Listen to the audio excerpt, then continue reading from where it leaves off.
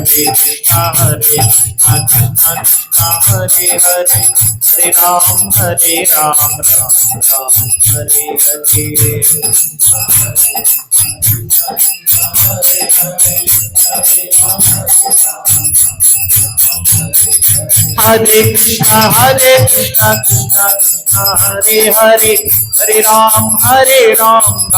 राम हरे हरे हरे कृष्णा कृष्णा कृष्णा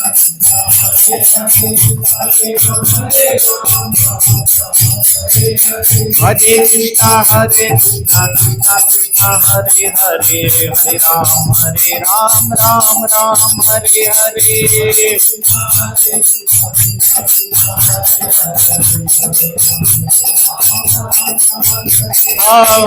कृष्णा हरे हरे हरे राम राम हरे हरे हरे कृष्णा कृष्णा कृष्णा हरे हरे हरे राम राम हरे हरे हरे कृष्णा कृष्णा कृष्णा हरे हरे हरे राम राम हरे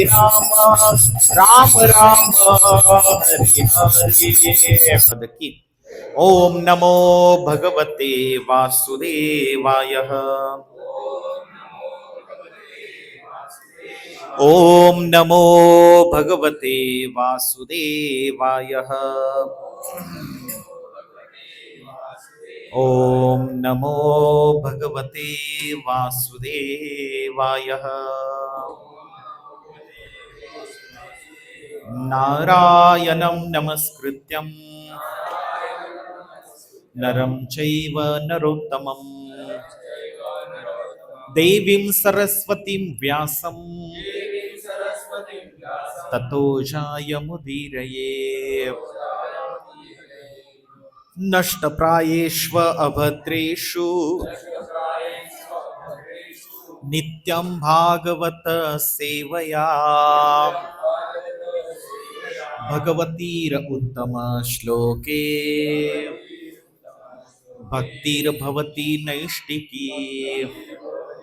कृष्ण चैतन्य प्रभु नित्यानंद श्री अद्वैत गदाधर श्रीवासदि गौरभक्त वृंद। हरे कृष्णा कृष्णा कृष्णा हरे हरे हरे राम राम राम हरे हरे। हरे कृष्णा कृष्णा कृष्णा हरे हरे हरे राम राम हरे हरे। हरे कृष्णा कृष्णा कृष्णा हरे हरे हरे राम राम हरे।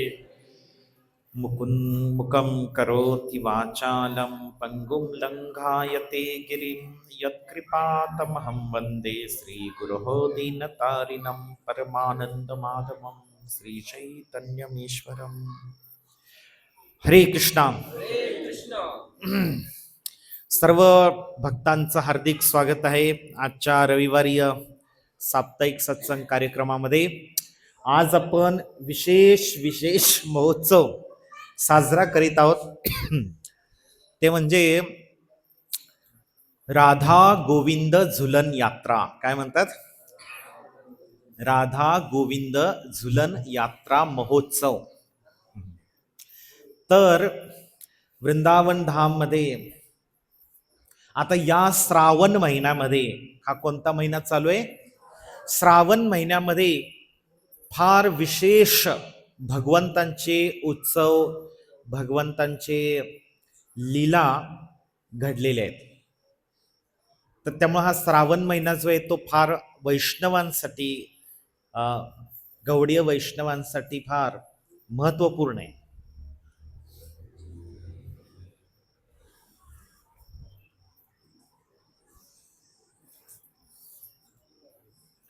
तर आता आजपासून राधा गोविंद झुलन यात्रा आणि त्यानंतर शुक्रवारी, येत्या शुक्रवारी बलराम पौर्णिमा. भगवान श्रीकृष्ण येण्याआधी आधी कोण येतात? बलराम. त्यानंतर 4 तारखेला भगवान श्रीकृष्णांचा आविर्भाव, जन्माष्टमी, गोकुळाष्टमी. 5 तारखेला श्रील प्रभुपाद आविर्भाव, जन्मदिवस, आणि त्याच दिवशी नंदोत्सव. आणि 19 तारखेला 19 सप्टेंबरला श्री राधाष्टमी, राधाराणींचा आविर्भाव.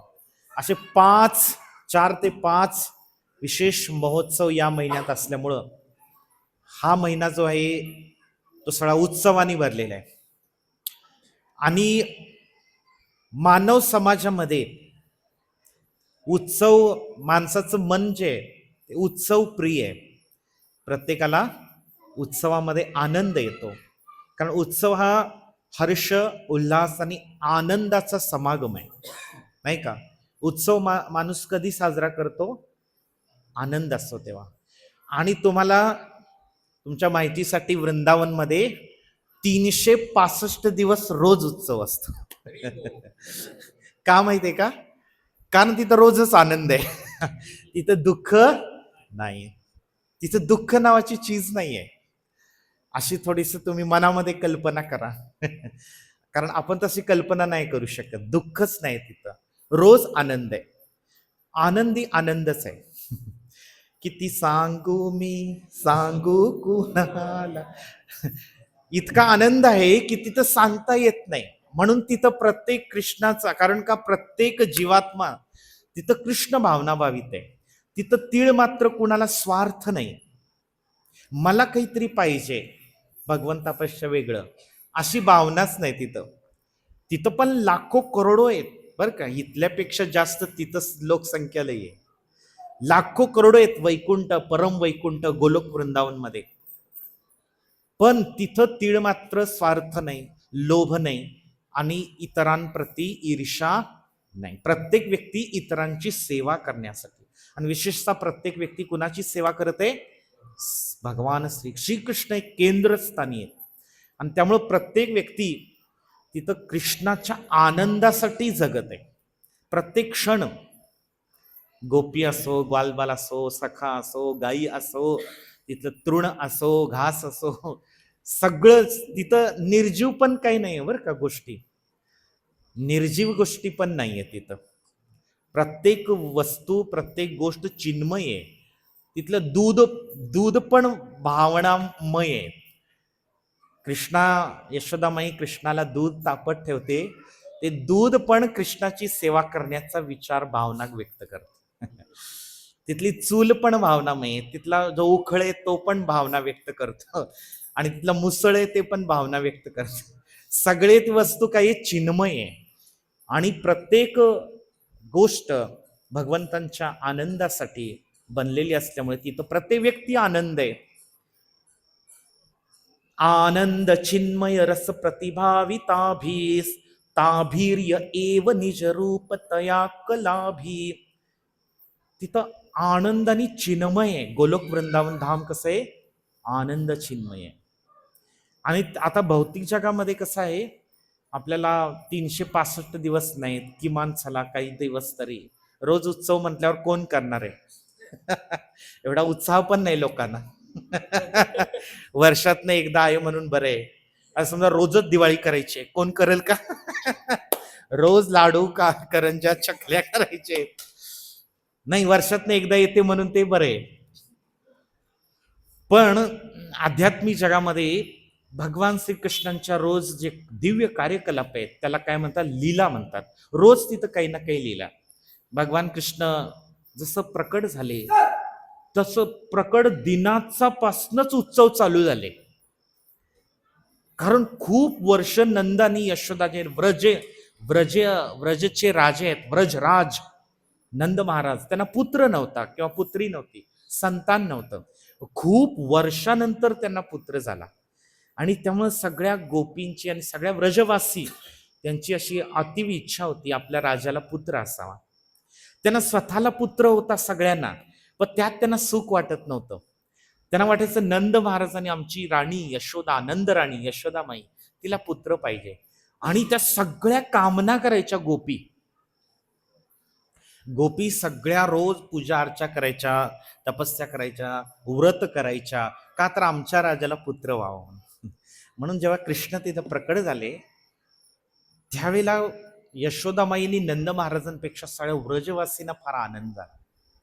आणि तो दुसऱ्या दिवशी आनंद उत्सवाच्या रूपात ओसंडून वाहू लागला. त्याला नंदोत्सव म्हणतात. त्याचं इतकं सुंदर वर्णन केलेलं आहे. त्या नंदोत्सवाची कथा करायची म्हटलं तरी त्याला 2-3 दिवस कमी पडतील. त्या गोपींनी जो उत्सव साजरा केला, दूध दही तूप आणून सगळ्यांनी होळी खेळली एकमेकांच्या अंगावर फेकत. देशी गाईच्या दुधाची बर का, जर्सी गाईच्या नाही. तुपाचे हंडेच्या हंडे. असं म्हणतात की नंदोत्सवाच्या दिवशी वृंदावनमधनं असे नदी नाले वाहू लागले, दुधाचे, तुपाचे आणि दह्याचे. कारण त्यांनी इतके होळी खेळले. नंदबाबांना मध्ये घेतलं, सगळे हे 5 भाऊ, आणि मग सगळ्या गोपी खेळायला लागल्या. तर इतका आनंद आहे प्रत्येक दिवशी. मग कृष्ण पालते पडले त्याचा उत्सव, कृष्ण पालते पडले त्याचा उत्सव, कृष्ण रांगायला लागले त्याचा उत्सव, कृष्ण चालायला लागले त्याचा उत्सव. उत्सवाला काही कमी नाही तिथं. तर असाच आज एक उत्सव आहे झुलन यात्रा.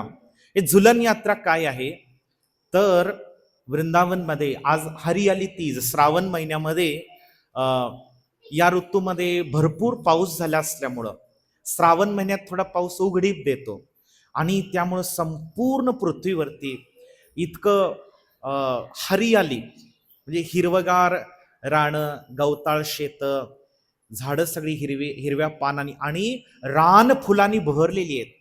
सरोवर कमळाच्या ताटव्यांनी भरलेली आहेत. आणि अशा इतका निसर्गाच्या, आणि हा निसर्गच इतका भोवतीच्यातला आनंददायी सुखदायी वाटतो. डोंगर काड्या माथ्यावर जर गेलात तुम्ही, किती भारी वाटतात आताच्या ठिकाणी, नाही का, उन्हाळ्यापेक्षा. पण वृंदावनमध्ये तर तिथली काही शोभा औरच आहे तिथला. कारण वृंदावनमध्ये भरपूर पाऊस पडतो आणि पाऊस पडल्यामुळं सगळं इतकं वातावरण आल्हाददायक आहे. आणि त्यामुळं काय झालेलं आहे की आज या श्रावण महिन्यामध्ये ह्या ज्या गोपी, ज्या सासूरवाशिनी आहेत, त्यांना माहेरी आणण्याचा उत्सव असतो. याला हरियाली तीज. मग तिथं आता ह्या हरियाली तीज वृंदावनात कसं साजरा करतात, ते सगळ्या गोपी काय करतात, हिरवा घागरा किंवा हिरव्या साड्या नेसतात, हिरवे अलंकार, हिरव्या बांगड्या. कारण सगळ्या निसर्गामध्ये काय आहे, हिरवाई. हिरवा रंग जो आहे तो समृद्धीचं प्रतीक आहे. प्रत्येक रंगाचे एक वैशिष्ट्य आहे. हिरवा रंग शांती आणि समृद्धीचं प्रतीक आहे. म्हणजे काय, तिथं भरपूर अन्नधान्य, दूध दुभतं आणि नैसर्गिक साधन संपत्ती भरपूर आहे. तिथं कशाची कमी नाही. ते हिरवा रंग प्रतीक आहे. आले का लक्षात? आणि त्यामुळं हरियाली तीज साजरा करतात. मग ह्या ज्या गोपी आहेत त्यांचे जे भाऊ आहेत ते काय करतात, रथामध्ये घेऊन त्या गोपींना, सासूरवाशिनींना माहेरी आणायला जातात. आणि या ज्या किशोर, तेव्हा काही 25-30 वर्ष झाल्यावर नाही, तेव्हा किशोर अवस्थेमध्येच लग्न व्हायचे. आणि ती वैदिक संस्कृती आहे. 0 ते 5 त्याला बाल म्हणतात, बाल अवस्था मुलाची. 5 ते 10 पौगंड अवस्था म्हणतात किंवा कुमार अवस्था, 5 ते 10. आणि 10 ते 15 किशोर, कैशोर्य म्हणतात त्याला. ते वय कसं आहे, कैशोर्य. आणि हे किशोर वयात श्रीकृष्ण नित्य किशोर आहेत. ते गोलोक वृंदावनमध्ये कृष्ण बाल रूपात नाही आहेत. ते कुठल्या रूपात आहेत, किशोर रूपात आहेत. 16 वर्षाचे आहेत नित्य. आणि भगवान श्रीकृष्ण ते किशोर रूपामध्ये जे रसभक्ती आहे, ते गोपी त्या रसामध्ये भगवान श्रीकृष्णांवर प्रेम करतात. त्यामुळे ते नित्य त्या भगवंतांचं वय जे आहे ते किशोर वयाच्या पुढे जात नाही.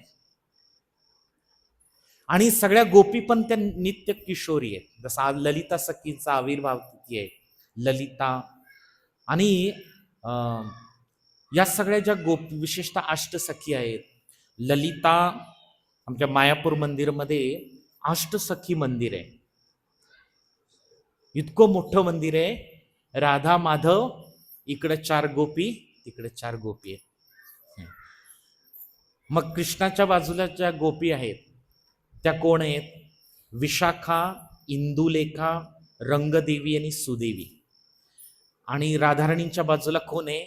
ललिता, चंपकलता, चित्रा आणि तुंगविद्या. आणि प्रत्येक गोपी जी आहे ते राधाराणीचा विस्तार आहे. हे असं वेगळं नाही आहे, ते सगळ्या गोपी राधाराणींचा विस्तार आहे. जसं कृष्ण अनंत रूपामध्ये विष्णू, नरसिंह, वराह, वामन इत्यादी रूपात विस्तार करतात. आणि नरसिंह आणि कृष्ण, राम आणि कृष्ण वेगळे नाहीत, तसं या गोपी आणि राधाराणी वेगळ्या नाही. कारण का कृष्ण जे आहेत आनंद द्विगुणित करण्यासाठी, आनंद वर्धन करण्यासाठी आपल्या शक्ती, अंतरंगा शक्तीचा विस्तार करतात. ते म्हणजे राधाराणी. आणि राधाराणी आल्हादिनी शक्ती म्हटले जातं. भगवंताच्या 3 शक्ती आहेत. थोडस हे डीप आहे. 3 शक्ती आहेत. एक आहे सतशक्ती, सतशक्ती, दुसरं संवित शक्ती आणि तिसरं आल्हादिनी शक्ती. सत म्हणजे तिथं शाश्वत, संवित म्हणजे पूर्ण ज्ञानात असतात, हे कधी अज्ञानात जात नाही. आणि आल्हादिनी म्हणजे पूर्ण नित्य आनंद देणारी शक्ती. राधारण्य आल्हादिनी शक्ती म्हणतात. तर भगवंतांची अंतरंगा शक्ती असल्यामुळे अनेक रूपात त्या विस्तार करू शकतात स्वतःला. का? तर कृष्णांचा आनंद अनंत पटीने वाढवण्यासाठी, अनंत पटीने. पण त्याच्यामध्ये पण प्रमुख 8 गोपी आहेत, त्यांना अष्टसखी म्हणतात. आणि ह्या ज्या वृंदावनमध्ये आणि द्वारकेमध्ये फरक काय माहितीये का? द्वारकेमध्ये भगवान श्रीकृष्ण द्वारकेतल्या सगळ्या राण्यांची वैदिक शिष्टाचाराने विवाहबद्ध झालेले आहेत. आणि द्वारकेमध्येही भगवंतांच्या त्या राणी आहेत 16,108. तिथं पण मुख्य 8 पत्न्या आहेत. रुक्मिणी, सत्यभामा, जांबवती आणि बरीच नाव आहेत. तर त्या 8 राण्या सोडून 16,100 कुठनं आल्या तर ती वेगळी कथा आहे. ती आपण परत चर्चा करू. कारण ती एका राजाच्या कन्या असतात, क्षत्रिय कन्या आहेत त्या सगळ्या. आणि त्यांना भौमासूर किंवा नरकासूर, ज्याचा दिवाळीच्या दिवशी कृष्णाने वध केला, त्याने त्यांना कैद केलं होतं. आणि त्यावेळेला एका दुसऱ्या माणसानं त्या स्त्रीला स्पर्श केला किंवा कैद केलं तर दुसरा पुरुष त्यांच्याशी विवाह करत नाही. मग त्या राण्यांनी प्रार्थना केल्या भगवंतांना, आम्ही आता आत्महत्या करायची का? आता आम्ही मनाने तुम्हालाच वरलेलं आहे, आमचा स्वीकार करा पत्नी म्हणून. भगवंतांनी सगळ्या राणींशी विवाह केला. 16,108 महाल निर्माण केले द्वारकेच्या समुद्रामध्ये. म्हणून ते पूर्ण पुरुषोत्तम भगवान आहेत. साधारण व्यक्ती असं करू शकतो का? साधारण व्यक्ती 16 बायकांशी सांभाळू शकत नाही किंवा त्यांचं पालन करू शकत नाही. 16 स्त्रियांचं पालन पोषण करू शकत नाही. कसं काय? आणि 16 रूपात त्याला यावं लागेल. कारण का? मग ते आळीपाळीने जावं लागेल. नारद मुनी द्वारकेमध्ये गेले होते तेव्हा त्यांनी पाहिलं की 16,108 महालामध्ये कृष्ण एकाच वेळी उपस्थित आहेत. एकीकडे कृष्ण वार्तालाप करत आहेत, एकीकडे कृष्ण भोजन करत आहेत, एकीकडे कृष्णांची चामर सेवा करत आहे त्यांची पत्नी. असं प्रत्येक ठिकाणी कृष्णच आहेत. पण रूप किती? 16,108. ते तर सोडा, वृंदावनमध्ये जे रासलीला शरद पौर्णिमेच्या रात्री केली भगवंतांनी, तिथं तर 100 करोड गोपी होत्या. किती? 100 करोड म्हणजे 1 अब्ज. आणि आता तर बघितलं आपण वंशीवट यमुनेच्या काठी किती छोटा आहे, वडाचं झाड अजून पण येते. 5,000 वर्षापूर्वीचं. तिथं 100 करोड गोपी कशा मावल्या? असं कोणाच्या मनात प्रश्न येईल. वृंदावन धाम जे ते नित्य वर्धन होणारे कृष्णांच्या नुसतं इच्छेनुसार लीलाशक्ती वृंदावनचा विस्तार करोडोपटीने वाढवू शकते आणि ते आकुंचन पण करू शकते. आलं का सर? जसं काम्यवन वृंदावन पासून खूप लांब आहे. आम्ही काम्यवनची परिक्रमा करायला गेलो होतो. तिथं जाईपर्यंत 3 तास लागतात. काम्यवन खूप लांब आहे, राजस्थानमध्ये येतं. मग आम्हाला प्रश्न पडला की गाई चरायला कृष्ण इकडे येतात, मग ते वापस लवकर कसे काय जात असतील. नंतर एका कथेमध्ये मी ऐकलं, हे कमळाच्या पाकळ्यांसारखं ते 12 वन आहेत. भांडीरवन, काम्यवन, वृंदावन, लोहवन, बेलवन, तालवन, मधुवन, असे पाकळ्यांसारखे. आणि ते पाकळी काय करते, कृष्ण ज्या ठिकाणी गेले ना ते विस्तारत ते. आणि कारण हे गाई लाखो आहेत, ग्वालबाल पण इतके आहेत. आणि ज्या वेळेला भगवंतांना आता घरी यायचं आहे त्यावेळेला ते लगेच काय होतं, ती कमळाची पाकळी आकुंचन होते. कृष्ण लगेच गोकुळामध्ये येतात आपल्या घरी. तर भगवंत तिथं प्रत्येक गोष्ट भगवंताच्या लीलाशक्ती कार्य करते, भगवंताच्या इच्छेनुसार. तसं ह्या ज्या गोपी आहेत 100 करोड रूपामध्ये कृष्ण स्वतःचा विस्तार करतात. आणि भगवान श्रीकृष्ण प्रत्येक रूपामध्ये तेच कृष्ण आहेत, परंतु प्रत्येक गोपीशी वेगळ्या प्रकारे आदान प्रदान करून त्यांना परमोच्च आनंद देत आहे. पण फरक असा आहे की द्वारकेमध्ये जो आहे तिथं ऐश्वर्य मिश्रित माधुर्य भाव आहे आणि वृंदावनमध्ये शुद्ध माधुर्य भाव आहे. म्हणून यातल्या गोपी कृष्णाने ज्या 5,000 वर्षापूर्वी भौम वृंदावनमध्ये ज्या लीला केल्या, तर त्या लीलांमध्ये ज्या गोपी आहेत तर त्या दुसऱ्या पुरुषांशी विवाहित आहेत. तेही ग्वालेच आहेत आणि त्याही कृष्णांचे स्वरूप आहेत असं सांगितलेलं आहे. ते कोणी वेगळे नाही आहेत. पण योग मायेद्वारे त्यांना असं भास होतोय की हे कृष्ण नाही आहेत आणि ते कृष्ण आहेत. येते का लक्षात? जसं राधाराणींच्या पतीचं नाव अभिमन्यू आहे वृंदावनमध्ये.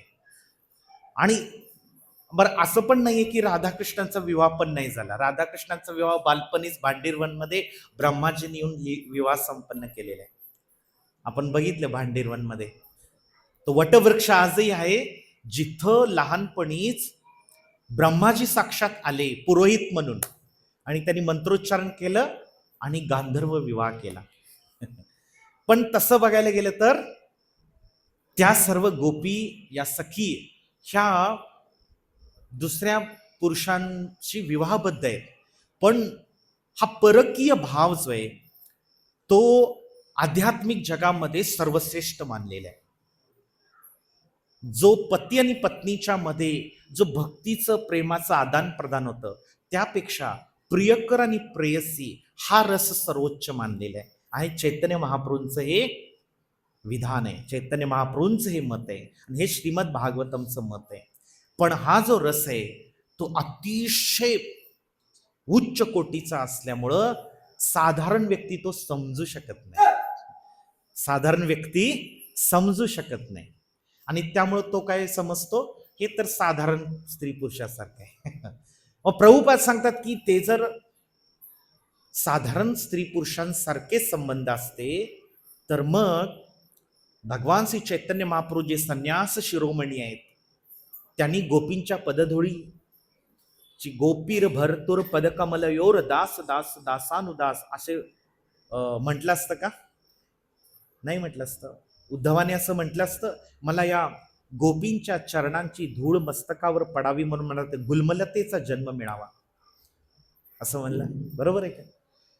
नारद मुनी, व्यासदेव, भगवान शंकर, ब्रह्माजी, इतके मोठमोठे शुकदेव गोस्वामी जे संसार विषय वासनातनं पूर्णपणे मुक्त ब्रह्मस्तरावर राहणारे महान वैष्णव आहेत, ते गोपींच्या भक्तीची स्तुती करतात आणि गोपींच्या भक्तीला काय म्हणतात? सर्वश्रेष्ठ भक्ती आहे. सनातन गोस्वामी पादांचा एक ग्रंथ आहे श्री बृहद भागवतामृत, त्यात हे विस्तारानं आलेले आहे. गोपी सगळ्यात श्रेष्ठ आणि सर्वात ज्यांची भक्ती कृष्णाला प्रिय आहे ते विस्तारानं लिहिले, टप्प्याटप्प्यानं. शेवटी गोपींचा नंबर आहे. सगळे महान भक्त, प्रल्हाद महाराज, भगवान शंकर, युधिष्ठिर महाराज, हनुमान, ब्रह्माजी, हे सगळे भक्त एकमताने सांगतात काय, गोपींची भक्ती सर्वश्रेष्ठ.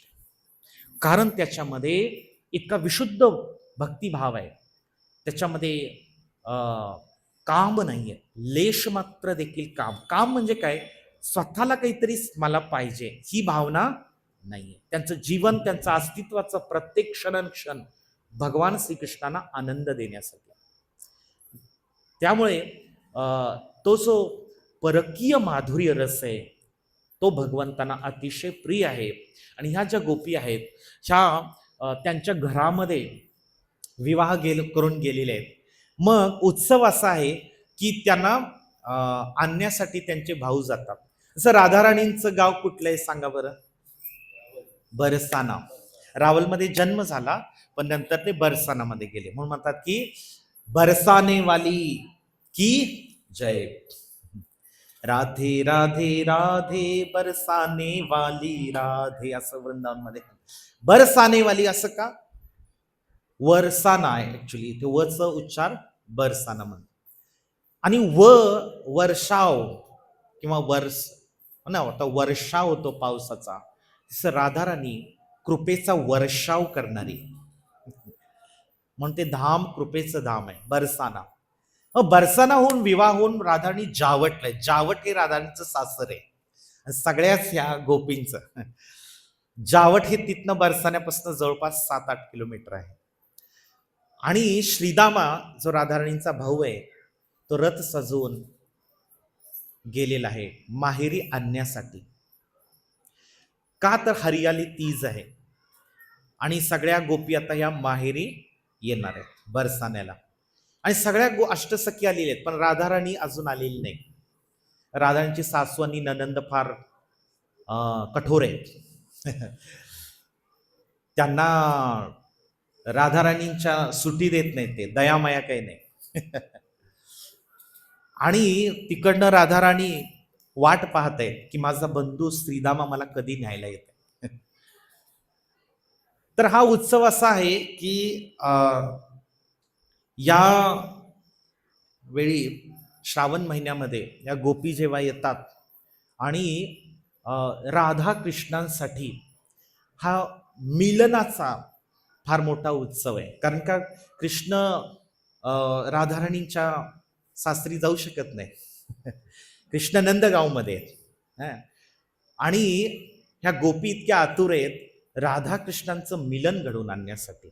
आणि मग हे असं सुंदर कदंब, तमाल आणि वट आणि पिंपळाच्या वृक्षांना झुला बांधतात आणि वेगवेगळ्या फुलांनी, फुलांच्या माळांनी गुंफून त्या झुल्याला सजवतात.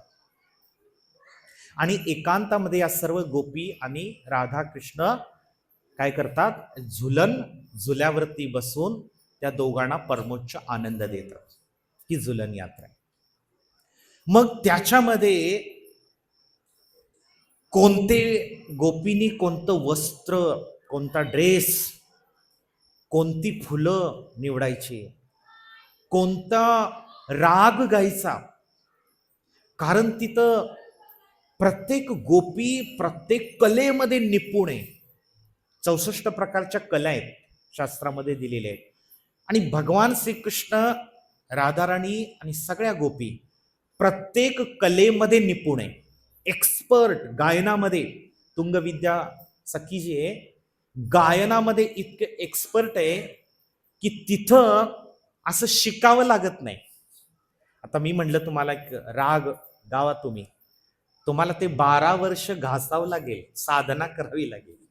तुम्हाला माहिती आहे का, एक राग शिकण्यासाठी एका प्रसिद्ध संगीत तज्ञाने सांगितलंय 12 वर्ष साधना करावी लागते गळ्यात घटवायला तो राग. शिवरंजनी राग आहे, धूप राग आहे, किंवा भैरवी राग आहे, असे खूप राग आहेत. मेघमाला, नाही का? तर हे राग असे काही काही इतके राग आहेत की एक आयुष्यभरामध्ये एक व्यक्ती 2 किंवा 4 राग घटवू शकतो साधना करून करून, माहितीये का? वृंदावन, गोलोक वृंदावन मध्ये 36,000 पेक्षाही जास्त राग आणि रागिण्या, त्याच्यातले वेगवेगळे व्हेरिएशन्स एक्सपर्टली गाऊ शकतात ते, आणि एक्सपर्टली सगळी वाद्य वाजवू शकतात. सगळ्या गोपी एक्सपर्टली. आणि त्या रागामध्ये मधुर स्वरामध्ये राधाकृष्णांचं ते गुणगान करतात, भजन करतात, कीर्तन करतात. किती त्याच्यामध्ये आनंद, असं नृत्य करतात. तिथे प्रत्येक चाल नृत्य आहे, तिथलं प्रत्येक बोलणं गीत आहे. ब्रह्मसंहितेमध्ये सांगितलेलं. तिथं कोणी असं ह्याच्यात बोलत नाही, तिथं काव्यात बोलतो, आणि ते काव्य आपोआप स्फुरतं. तुम्ही नुसतं इच्छा करा भगवंताच्या सेवेसाठी. तुम्हाला असं वाटलं की मला आता या रागामध्ये गायचंय, आपोआप तो राग तुमच्या गळ्यामध्ये प्रकट होतो. का? तिथं कल्पवृक्ष आहेत. तिथं नुसती इच्छा केली तर गोष्टी सगळ्या ऑटोमॅटिकली येतात. तिथं कष्ट करावं लागत नाही एखादी गोष्ट प्राप्त करण्यासाठी. चिन्मय धाम आहे. आणि भगवंतांची लीलाशक्ती जी आहे, या सर्व भगवंत राधाकृष्णांना आनंद देण्यासाठी प्रत्येक गोपींना प्रत्येक प्रकारची कला, त्या प्रसंगा अनुरूप ड्रेस, अलंकार, शृंगार, सगळ्या प्रकारची साज सामग्री प्रदान करते लीलाशक्ती. आणि मग त्या गोपी जे आहेत राधाकृष्णांना झुल्यावरती बसवून तासनी तास हे भजन कीर्तन करतात. त्याला झुलन यात्रा म्हणते आहे. 3-4 दिवस असतो पौर्णिमेपर्यंत. पौर्णिमेला बलरामजीचा आविर्भाव दिवस आहे. तर हा झुलन यात्रा महोत्सव जो आहे तो भगवंताच्या आनंदाचा उत्सव आहे, प्रेम मिलनाचा उत्सव आहे. आणि त्यानंतर बलराम पौर्णिमा येते, म्हणून आज आपण या ठिकाणी भगवंतांची थोडी सेवा आपल्याकडून घडावी म्हणून आपण झुला केलेला आहे भगवंताच्या आनंदासाठी. तर बलराम पौर्णिमा येत आहे येत्या शुक्रवारी. भगवान बलराम येत आहेत. तर त्या बलरामांच्या आविर्भावासंबंधात थोडं त्यांच्या लीलेची आपण चर्चा करूया. बोलो कृष्ण बलराम की. तर भागवतमच्या दशम स्कंदामध्ये प्रथम शुकदेव गोस्वामी परीक्षित महाराजांना बलरामांच्या आविर्भावाच्या लीला विश्लेषण करून सांगत आहेत. वासुदेव कलानंत, म्हणा वासुदेव कलानंत, सहस्त्र वदन स्वराट, अग्रतो भवित्वा देवो, अग्रतो भविता देवो, हरे प्रिय चिकीर्षया. हरे प्रिय चिकीर्षया. भगवान श्रीकृष्णांचा सर्वप्रथम विस्तार म्हणजे अनंत. अनंत शेष नाग तुम्ही पाहिले. भगवान विष्णू कुठे पौडतात? अनंत शेष. म्हणून प्रख्यात असलेले भगवान संकर्षण हे होत. भगवान बलरामांना मूल संकर्षण असंही म्हणतात. हे त्या भौतिक जगातील सर्व अवतारांचे उगमस्थान आहेत. या जगात जे सगळे अवतार येतात ते कोणापासून येतात? मूल संकर्षण किंवा बलरामांपासून येतात. हे मूळ संकर्षणच श्रीकृष्णांच्या अवतरणापूर्वी बलदेव म्हणून अवतरित होतात. म्हणजे भगवान श्रीकृष्णांपासून पहिला विस्तार आहे तो बलदेव. बलरामांपासून मग वासुदेव, संकर्षण, प्रद्युम्न, अनिरुद्ध येतात. आणि संकर्षण भगवंतांपासून महाविष्णू येतात. आणि महाविष्णूंपासून गर्भोदकशाही विष्णू येतात. आणि गर्भोदकशाही विष्णूपासून क्षीरोदकशाही विष्णू, असा विस्तार आहे. आणि मग महाविष्णूच्या रोमरंध्रातनं एक एक ब्रह्मांड. यस्यैक निश्वसित काल मथावलंब्य जीवंती लोम विलजा जगदंडनाथा विष्णोर्महांस इहयस्य कला विशेषो गोविंदमादिपुरुषं तमहं भजामि. हे ब्रह्माजींनी सांगितले ब्रह्मसंहितेत. काय म्हणतात ते? यस्यैक निश्वसित, निश्वास महाविष्णूंच्या एक फक्त श्वास सोडून आत घेणे इतपत अख्ख्या ब्रह्माजीचं आयुष्य संपतं. येते का लक्षात? म्हणजे महाविष्णू श्वास बाहेर सोडतात तेव्हा ब्रह्मांड बाहेर येतं, ब्रह्मांडाचं सृजन होतं. ब्रह्माजी 1000 वर्ष तपस्या करून कमळाच्या याच्यावर येतात. म्हणजे आधी गर्भोदक्ष विष्णू येतात, गर्भोदक्ष विष्णूच्या नाभीतनं कमळ येतं, कमळात ब्रह्मदेव प्रकट होतात, ब्रह्मदेव 1000 वर्ष तपस्या करतात आणि ब्रह्मदेव सृजन करतात, 84 लाख योनी प्रदान करतात. ते सगळे ते किती युग होतात त्याच्यामध्ये. ब्रह्मदेवाची 100 वर्ष संपतात, ब्रह्मदेवाचा मृत्यू होतो, ब्रह्मांडाचा महाप्रलय होतो आणि ते ब्रह्मांड पुन्हा महाविष्णूंच्या नाकात पुन्हा प्रवेश करतं. याला म्हणतात यस्यैक निश्वसित काल मथावलंब्य. किती काळ आहे? फक्त एक ब्रह्मांडाचा पूर्ण विनाश होण्याचा काळ आपल्याला तो कॅल्क्युलेटरवर बसत नाही. अब्जावधी अब्जावधी अब्जावधी वर्ष जातो. तो फक्त महाविष्णूंचा काय आहे? एक निश्वसित काल मथावलंब्य, एक श्वास घेण्याचा काळ आहे. विचार करा, म्हणजे महाविष्णू किती ग्रेट आहेत. येते का लक्षात? महाविष्णू किती महान आहेत. त्यांच्या एक निश्वास सोडून घेण्यात एक ब्रह्मांड आणि ब्रह्माजीचं आयुष्य संपतं. आणि हे महाविष्णू कोण आहेत? फक्त कला विस्तार आहेत.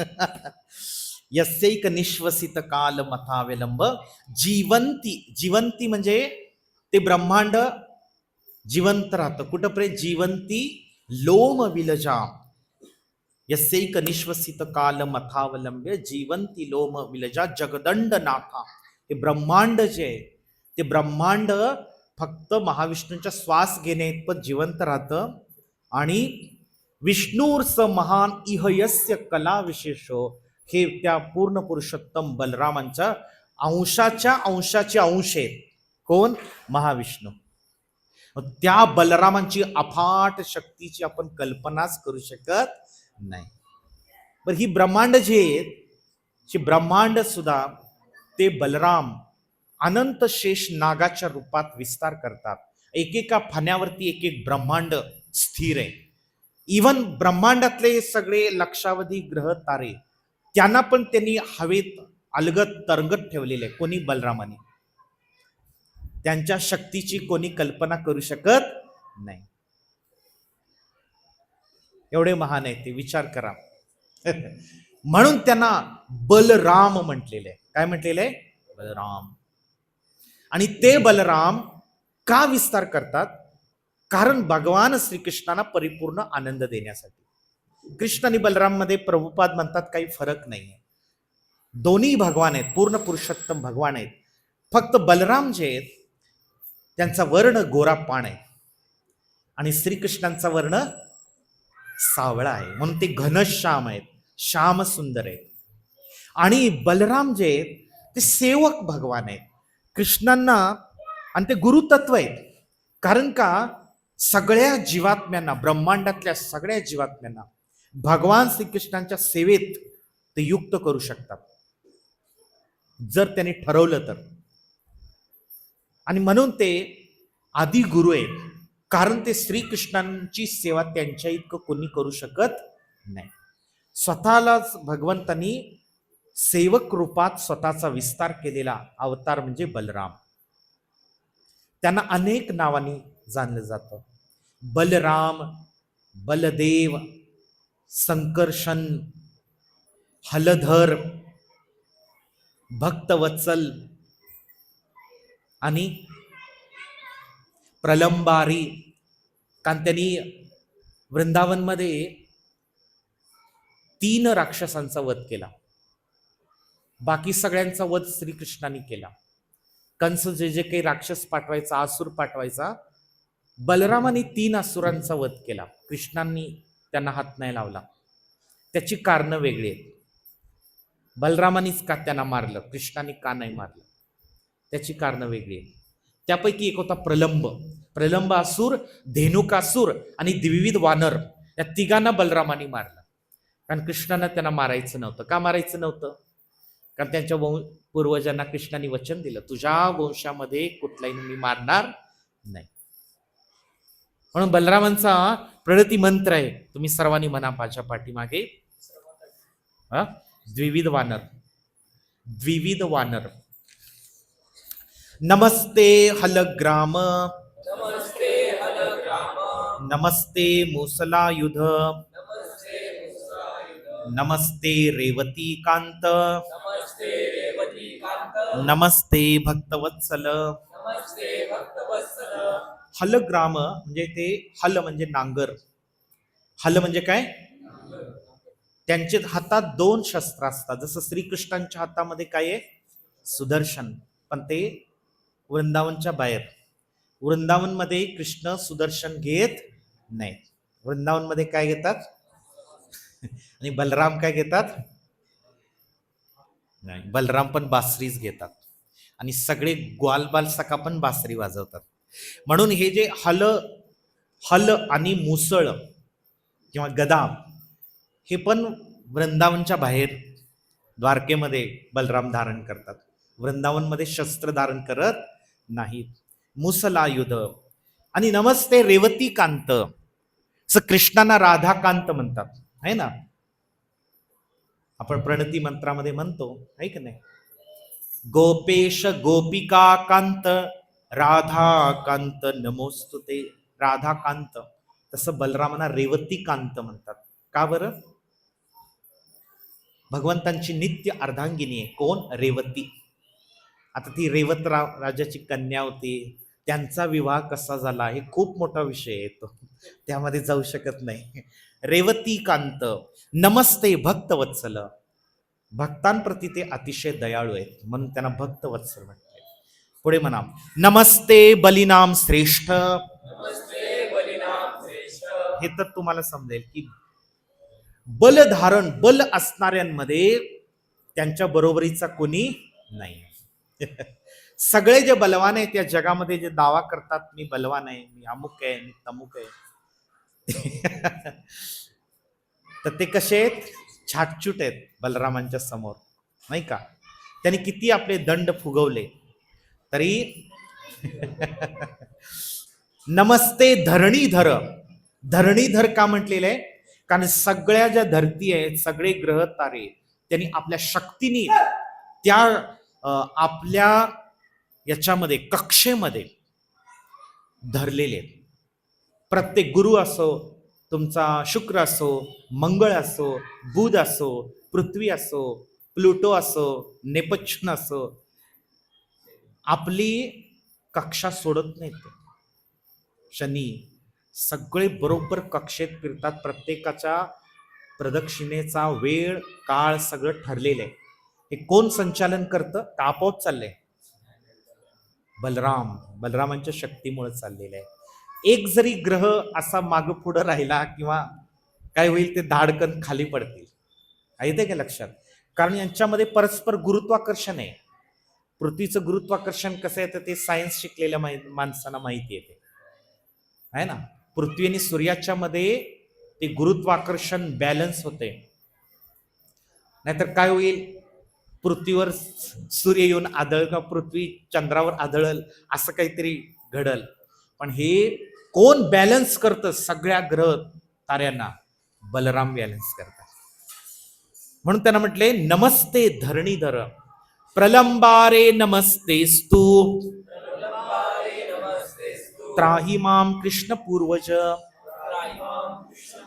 कृष्ण पूर्वज असं म्हटलेलं आहे कारण श्रीकृष्णांच्या आधी ते 8 दिवस आलेले आहेत.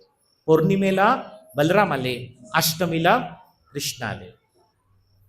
आणि तेवढंच नाही, देवकीच्या गर्भामध्ये कृष्ण येण्यापूर्वी आधी बलराम आले. मग देवकीच्या गर्भात येऊन पुन्हा रोहिणीच्या गर्भात गेले. आणि परीक्षित महाराजांचा हाच प्रश्न आहे की बलरामांना 2 माता कसं? ते रोहिणी नंदन पण आहेत आणि देवकी नंदन पण आहेत, असं कसं काय? मग शुकदेव गोस्वामी विस्ताराने सांगतात, भगवंतांची योगमाया शक्ती. याच्या पुढचाच प्रश्न आहे, भगवान श्रीकृष्णान समान असणारी त्यांची विष्णू माया नामक शक्ती. आता ही बहिरंगा शक्ती आहे, विष्णू माया. तिला काय म्हटलेलं आहे जगामध्ये? दुर्गादेवी. दुर्गादेवी भगवान कृष्णांची शक्ती आहे. तुमच्या माहितीसाठी महिषासूर मर्दिनी स्तोत्र आहे, त्याच्यामध्ये असं येतं की ऐगिरी नंदिनी नंदित मेदिनी विष्णु विनोदिनी नंदुनिते गिरिवर विंध्य शिरोधी निवासिनी विष्णु विलासिनी जिष्णुनुते. विष्णु विलासिनी तिथं शब्द आहे. भगवती हे शिती कंठ कुटुंबिनी भूरी कृते जय जय हे महिषासुर मर्दिनी रम्य कपर्दिनी शैलसुते. फार सुंदर आहे स्तोत्र ते. शैलसुते म्हणजे काय? हिमालय पर्वताची पुत्री आहे ते, पण आहे कोण? विष्णू विलासिनी. शीतकंठ कुटुंबिनी म्हणजे कुणाची कुटुंबिनी आहे? शीतकंठ, नीलकंठ महादेव. पार्वती कुणाची पत्नी आहे? महादेवांची. पण अल्टिमेटली ती शक्ती कुणाची आहे? भगवान विष्णूंची शक्ती आहे, कृष्णांची शक्ती आहे. म्हणून विष्णुमाया नामक शक्ती देखील त्यांच्या सोबत प्रकट होणार आहे. भगवंतांनी आधीच गोलोक वृंदावन मध्ये हे ठरवलेले आहे आणि दुर्गादेवीला पाचारण केलेले आहे. मी पृथ्वीवर अशा ठिकाणी अवतार घेणार आहे, तुला हे कार्य संपन्न करायचे. काय संपन्न करायचे? की मी ज्यावेळेला अवतार घेणार त्याआधी माझा हा जो विस्तार आहे अनंत शेष देवकीच्या गर्भामध्ये प्रकट होईल. त्याला तू काय करायचंयस? तिथनं ट्रान्सफर करायचंय गोकुळामध्ये. मथुरेच्या कंसाच्या कारागृहातनं कुठे ट्रान्सफर करायचं? गोकुळामध्ये. कुणाच्या गर्भामध्ये? रोहिणी मातेच्या. नाही तर मला वाटलं यशोदाबाई म्हणताय. रोहिणी कुणाची पत्नी आहे? वसुदेवांची दुसरी पत्नी. ती गोकुळात कशी गेली? कारण या दोघांना कंसाने कारागृहात टाकल्यानंतर वसुदेवांना धास्ती वाटायला लागली की माझ्या दुसऱ्या पत्नीचा पण, त्यावेळेला रोहिणी माता गर्भवती होती. तुम्हाला तुमच्या माहितीसाठी गोपाल चंपू नामक ग्रंथ आहे जीव गोस्वामींचा, त्यात खूप या विस्तारानं लीला सांगितलेल्या आहेत. तर रोहिणी माता त्यावेळेला गर्भवती असल्यामुळं, आणि वसुदेव आणि नंद महाराज हे सावत्र भाऊ आहेत. त्यांचे एकच पिता आहेत. काय नाव त्यांचं सांगितलं मी? पर्जन्य महाराज. आणि त्यामुळं दोघांच्या मध्ये अतिशय घनिष्ठ नातं आहे. दोघं एकमेकांची अतिशय काळजी करतात. तिकडे वसुदेवांना कैदेत टाकले, हे दूध सांगायला आला नंद महाराजांना. वसुदेवांनी गुपचूप एका सांगितलं, त्यांचा तो गुप्तहेर होता, जाऊन गोकुळात खबर दे की आम्हाला त्याच्यात टाकले. आणि तो गुप्तहेर जो आहे ना, इतक्या गुप्तपणे गेला, कारण सगळीकडे कंसाचे पहारेकरी जागृत पहारा देत. कारण का, ही जी दुर्गा माता योगमाया आहे ती कंसाच्या हातून निसटल्यानंतर अष्टभुजा रूप धारण करते आणि सांगते की तुझा शत्रू जो आहे, तुला ठार मारणारा, तो ऑलरेडी प्रकट झालेला आहे. त्यामुळे तू उगाच यांना विनाकारण त्रास देऊ नको, देवकी वसुदेवा. त्यामुळे ते काय झालं होतं की कंस जो आहे सगळीकडे त्याने आपले गुप्तहेर सैनिक की बालक, कुठं माझा शत्रू जन्मलेला आहे. हा जो गुप्तहेर आहे वसुदेवांचा, तो गुपचूपपणे यमुनेच्या काठी गेला आणि तो नावेतनं गेला नाही, त्यानं उडी मारली यमुनेमध्ये लांब कुठंतरी जाऊन, जिथं निर्मनुष्य आहे जंगलामध्ये जाऊन यमुनेत उडी मारली आणि पोहत पोहत तो गोकुळात गेला. आणि ओल्या अंगानेच तो रात्री 12 वाजता गेला नंदभवन मध्ये. आणि नंद महाराज आश्चर्यचकित झाले, अरे एवढ्या रात्रीचं तू आलास, तुझे कपडे भिजलेले आहेत, काय सांगणार? सगळीकडे कंसाचे पहारेकरी आहेत. त्यानं जर संशय आला, त्यांनी बघितलं मला, मी गोकुळात चाललोय, तर कंसाला संशय येईल की इथं वसुदेवांचा 8वा पुत्र आहे म्हणून, आहे ना. आणि म्हणून मी गुपचूपपणे आलो तिथं. आणि मग तो सांगतो असं वसुदेवांचा निरोप की तुम्ही सावध राहा, कारण का आता कंस काय करणार आहे, या 10 दिवसात जन्मलेल्या सगळ्या बालकांना ठार मारणार आहे. त्यावेळी नंद महाराज फार चिंतित होतात. अरे वसुदेवांच्या त्यांना फार काळजी वाटायला लागते. आणि तिकडे वसुदेव कुणाची काळजी करतात? नंद महाराजांची. का तर आध्यात्मिक जगतामध्ये स्वतःपेक्षा दुसऱ्यांप्रती स्नेह वाव प्रचंड आहे. भौतिक जगात कसं आहे, इथं स्वतःचा आधी विचार करतो माणूस. आध्यात्मिक जगात तो दुसऱ्यांचा विचार करतो. यशोदामाई देवकीचा विचार करते, देवकी यशोदामाईचा विचार करते. आणि त्यामुळं की विष्णू माया शक्ती भगवंत तिला सांगतात की तू ह्या जो माझा अंश आहे, स्वांश आहे, की तो रोहिणी मातेच्या गर्भात ट्रान्सफर करायचा.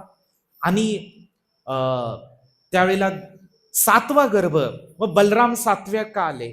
पहिले जे 6 गर्भ होते ना, ह्यांची एक वेगळी कथा आहे. आता ती कथेमध्ये आपण जात नाही. ते वसू आहेत ते, आणि त्यांना शाप मिळाला होता जन्मताच ते मरतील म्हणून. पण तात्विक दृष्टिकोनातून शास्त्र किंवा भागवत आचार्य काय सांगतात, हे माणसाच्या हृदयातले 6 शत्रू आहेत. कोण कुठली शत्रू? साधकाच्या. काम, क्रोध, लोभ, मद, मोह, मत्सर.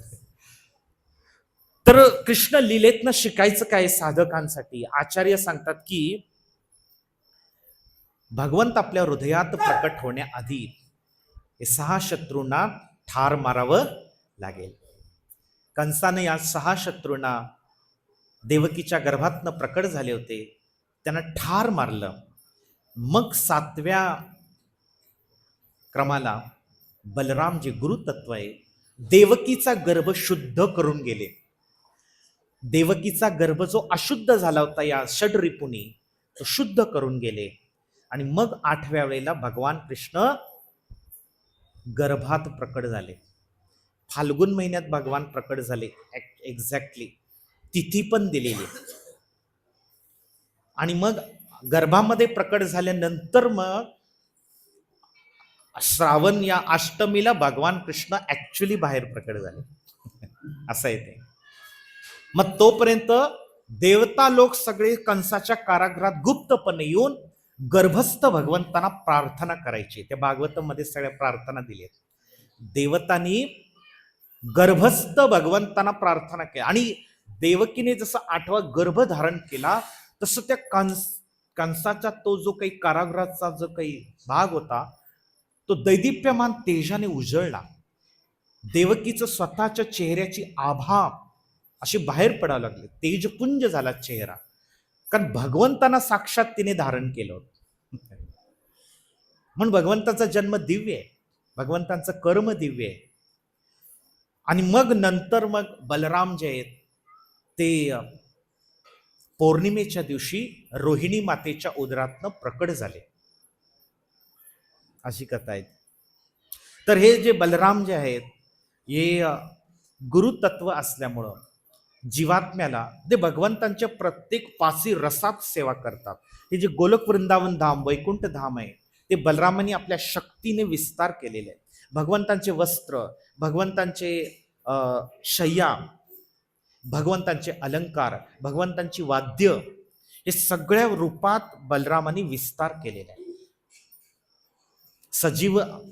आणि तिथं प्रत्येक गोष्ट चिन्मय आहे. जसं सांगितलं, प्रत्येक चिन्मय गोष्टीमध्ये त्यांनी विस्तार केलेला आहे. तर बलरामांनी साधारणपणे त्यांना सेवक भगवान म्हणतात आणि कृष्णांना सेव्य भगवान म्हणतात.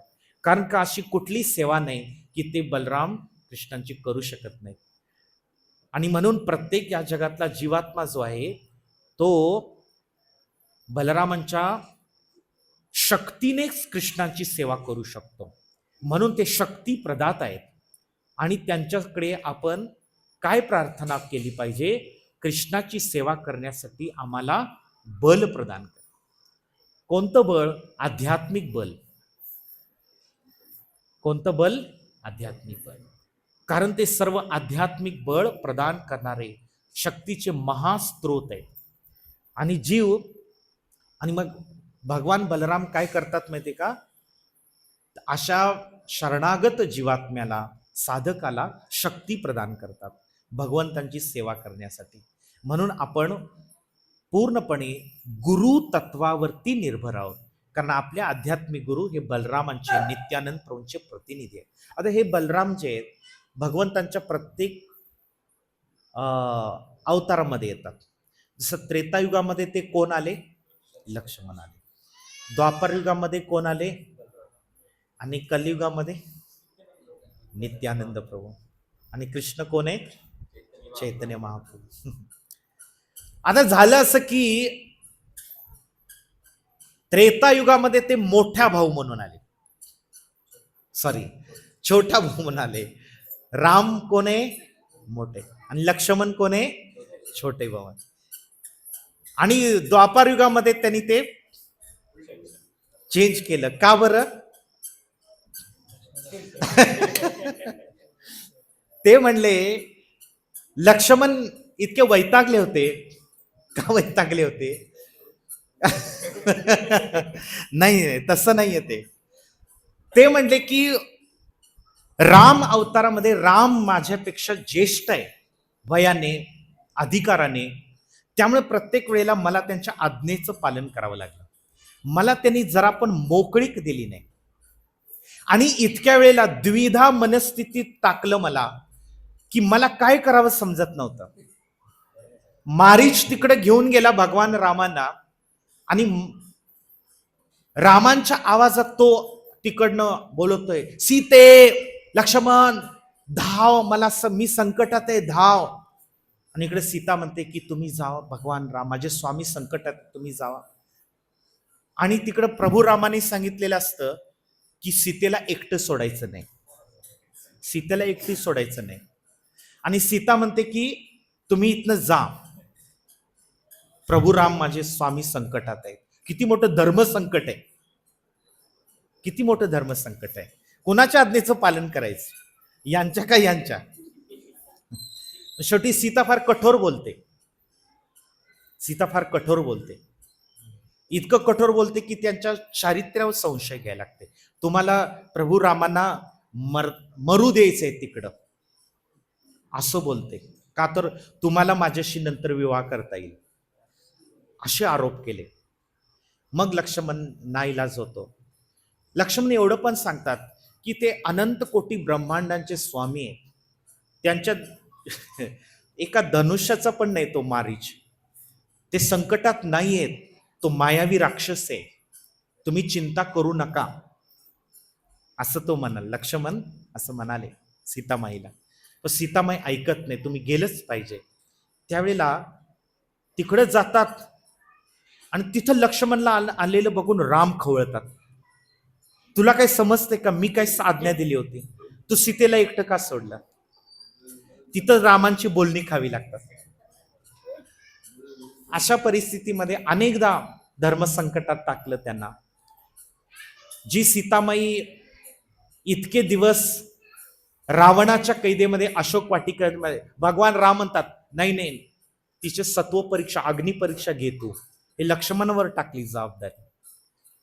बरं, अग्नि परीक्षा करून आणली आणि तिथं अयोध्येत नेल्यानंतर, राज्याभिषेक झाल्यानंतर परत भगवान श्रीरामांना नाही नाही नाही, माझ्या प्रजेला लक्ष्मणला म्हणतात जा तिला वनात सोडून ये. ही किती मोठी सेवा आहे. म्हणून ते म्हणतात की मी आता छोटा भाऊ होणार नाही, मी पुढच्या अवतारामध्ये मोठा भाऊ होणार, तुम्ही मला आज्ञा करायचं नाही. ते बलराम म्हणे येतात आणि ते बरोबर कृष्णलीलेमध्ये सहाय्य करतात. पण थोडस भगवान कृष्णाने बलरामांच्या मध्ये थोडस वैचारिक मतभेद होतात. जसं भगवान बलरामाने दुर्योधनाच्या गुरुची सेवा स्वीकारली, ते दुर्योधनाचे गुरु झाले. आणि कृष्ण कोणाचे गुरु? अर्जुनाचे. मग झालं ना आता हे दोघं शत्रू आहेत, एक अधर्मी आहे, एक धर्माच्या बाजून लढणार आहे. कृष्णांना धर्माचा विजय, धर्मक्षेत्रे कुरुक्षेत्रे, धर्माचा विजय करायचा आहे. आणि दुर्योधनाचा गुरु बलराम आहे. मग शेवटी पण व भगवंतानी काय केलं, भगवान म्हणले तुम्ही इथं थांबू नका युद्धाचे, तुम्ही काय करा, तुम्ही सगळं तीर्थ भ्रमण करून या. बलराम काय केले, कुरुक्षेत्राच्या युद्धभूमीवर तिथं थांबले नाही, बलराम तीर्थ भ्रमणाला गेले. आणि शेवटी युद्ध संपल्यावर तिथं आले, पण अजून फक्त शेवटी दुर्योधन शिल्लक होता. मग तिथं पण वादविवादाचा प्रसंग आलाच. कारण का गांधारनी सांगितलं की दुर्योधनाला की तू माझ्याबरोबर एकही वस्त्र न घालता असा आहे, नग्न होऊन ये, माझ्या डोळ्यात जी पतिव्रत्याची जी शक्ती आहे ती तुला प्रदान करणार आहे. भीमाच्या गदेचा एकही प्रहार तुला लागणार नाही, इतकी शक्ती आहे पतिव्रता नारीमध्ये. पहिल्या प्रथम तिनं आपल्या डोळ्यावरची पट्टी काढली आणि तो आंघोळ करून येत होता. आपण मध्ये कोण आले? कृष्ण आले. कृष्ण म्हणाले की असं जाणार आई पुढं? आई पहिल्यांदाच तुला पाहता इतक्या वर्षानंतर आणि तू असं भोंगळा जाणार? हा बरोबर आहे, त्याची मती पालटली. त्याला पण वाटलं बरोबर. पहिल्या प्रथम त्यानं कृष्णाची बात मांडली आयुष्यामध्ये. इतक्या वेळेला त्याला भगवंतानी सांगितलं, मांडलं नाही त्यानं. भगवंतांची गोष्ट पहिल्यांदा ऐकली त्याने. अरे म्हटलं की कमरेवरती तरी फक्त काहीतरी लपेटून जा, बाकी ठीक आहे. मग त्याने कमरेवरती आपल्या मांड्या झाकल्या फक्त आणि तो गेला. मग गांधारी पाहते, अरे हे काय केलंस पुत्रा तू? मी तुला सांगितलं होतं ना पूर्णपणे नग्न होऊन माझ्या समोर ये. आता माझी दृष्टी त्या तुझ्या मांड्यांवरती पडलेली नाहीये, त्यामुळे मांड्या तुझ्या दुर्बल राहणार. तुझं बाकी सगळं वज्रासारखं शरीर कठोर झालेलं आहे, पण तुझ्या मांड्यांमध्ये कमजोरी आहे. मग त्यावेळेला समजतं की कृष्ण सर्व कारण. आणि मग बरोबर ते द्वंद्व होतं भीम आणि दुर्योधनाचं. खूप वेळ चालतं, पण ते काही दुर्योधन ऐकत नाहीये. शेवटी भगवान कृष्ण भीमाला संकेत करतात, मांड्यावर प्रहार कर. मांड्यावर प्रहार केल्यावरती तत्क्षणी भयंकर 4-5 वेळा प्रहार तो कोसळतो, प्राणघातक हल्ल्यावर. मग ते बलराम तिथं गदा घेऊन जातात. ते तिथं असतात ते बलराम, ते भीमावरती गदा घेऊन जातात. अरे तू युद्धाचा नियम कसा मोडू शकतो? द्वंद्व युद्धामध्ये किंवा गदा युद्धामध्ये योद्ध्याने कमरेच्या खाली वार करायचा नसतो. मग ते लागले भीमावरती प्रहार करायला. तो भगवान कृष्ण, दाऊ भैया रुको रुको थोडा, यहाँ पे सिस्टम अलग आहे. इथं खूप काही पाणी वाहून गेलेले 18 दिवसामध्ये. ते तुम्हाला माहित नाहीये, मी तुम्हाला सांगतो इकडं बाजूला. त्याला दोघांना युद्ध करू द्या. भगवंत त्याला समजून सांगतात, ही अधर्माची बाजू आहे, त्यांनी अभिमन्यूला असं कपट करून मारलेलं आहे, त्यामुळं त्याला मरू द्या. दुर्योधनला भले तुमचा शिष्य असला तरी मरू द्या. मग बलरामांचा क्रोध शांत होतो. अशा प्रकारे पण आता त्यांनी त्याच्या गुरुची का हे केली आहे का? ती सकपट कृपा आहे. श्रीकृष्णाने अर्जुनाला जी गुरु केलं, भगवद्गीता सांगितली, ती निष्कपट कृपा आहे. जीवाच्या हृदयात जर कपट असेल तर गुरु पण त्याला सकपट कृपा देतात, म्हणजे त्याला असली ज्ञान देत नाही, भक्ती देत नाही. येते का लक्षात? असुरांना सुद्धा भगवंत गाईड करतात, पण त्यांना वास्तविक ज्ञान देत नाहीत. जो निष्कपट आहे संपूर्णपणे, त्याला भगवंत सर्व ज्ञान प्रकट करतात. म्हणून बलराम जे आहेत सर्व शक्तीचे स्रोत आहेत, आणि अशा बलरामांना आपल्या आध्यात्मिक जीवनाचा आधार आहे. ते आपल्या आध्यात्मिक जीवनामध्ये शक्ती, बल आणि कृपा बलरामांच्या मुळे आपण आध्यात्मिक प्रगती करू शकतो. आपले अनर्थ आहेत, काम, क्रोध, लोभ, त्यांच्या विरुद्ध लढण्यासाठी, मायाशक्ती विरुद्ध लढण्यासाठी बलराम नित्यानंद प्रभूंच्या रूपामध्ये कलियुगामध्ये येऊन जीवात्म्यांना हरिनाम घेण्यासाठी हरिनाम घेण्यासाठी प्रेरणा देत आहेत. आता जे बलराम इतके शक्तिशाली आहेत, जे कठोर होतात, ते नित्यानंद प्रभूंच्या रूपामध्ये मात्र इतके हळवे आहेत, इतके संवेदनशील आहेत की साधारण तुच्छ माणसांच्या घरात जाऊन त्यांना दंडवत प्रणाम करत आहेत आणि म्हणते, एकदा तरी तुम्ही हरिनाम घ्या, मी तुमचा या संसार सागरातनं उद्धार करतो. बोला हरे कृष्णा कृष्णा कृष्णा हरे हरे, हरे राम राम राम. बलरामांच्या खूप लीला आहेत, पण प्रलंबासूर, धेनुकासूर यांना मारण्याची लीला आपण पुढच्या रविवारी चर्चा करू. आज आपल्याकडे वेळ नाहीये. आणि आता आपल्याला थोडं भजन पण गायचं आहे राधाकृष्णांच्या प्रसन्नतेसाठी. आणि सगळ्यांनी आपल्याला झुला सेवा करायची आहे भगवंताची.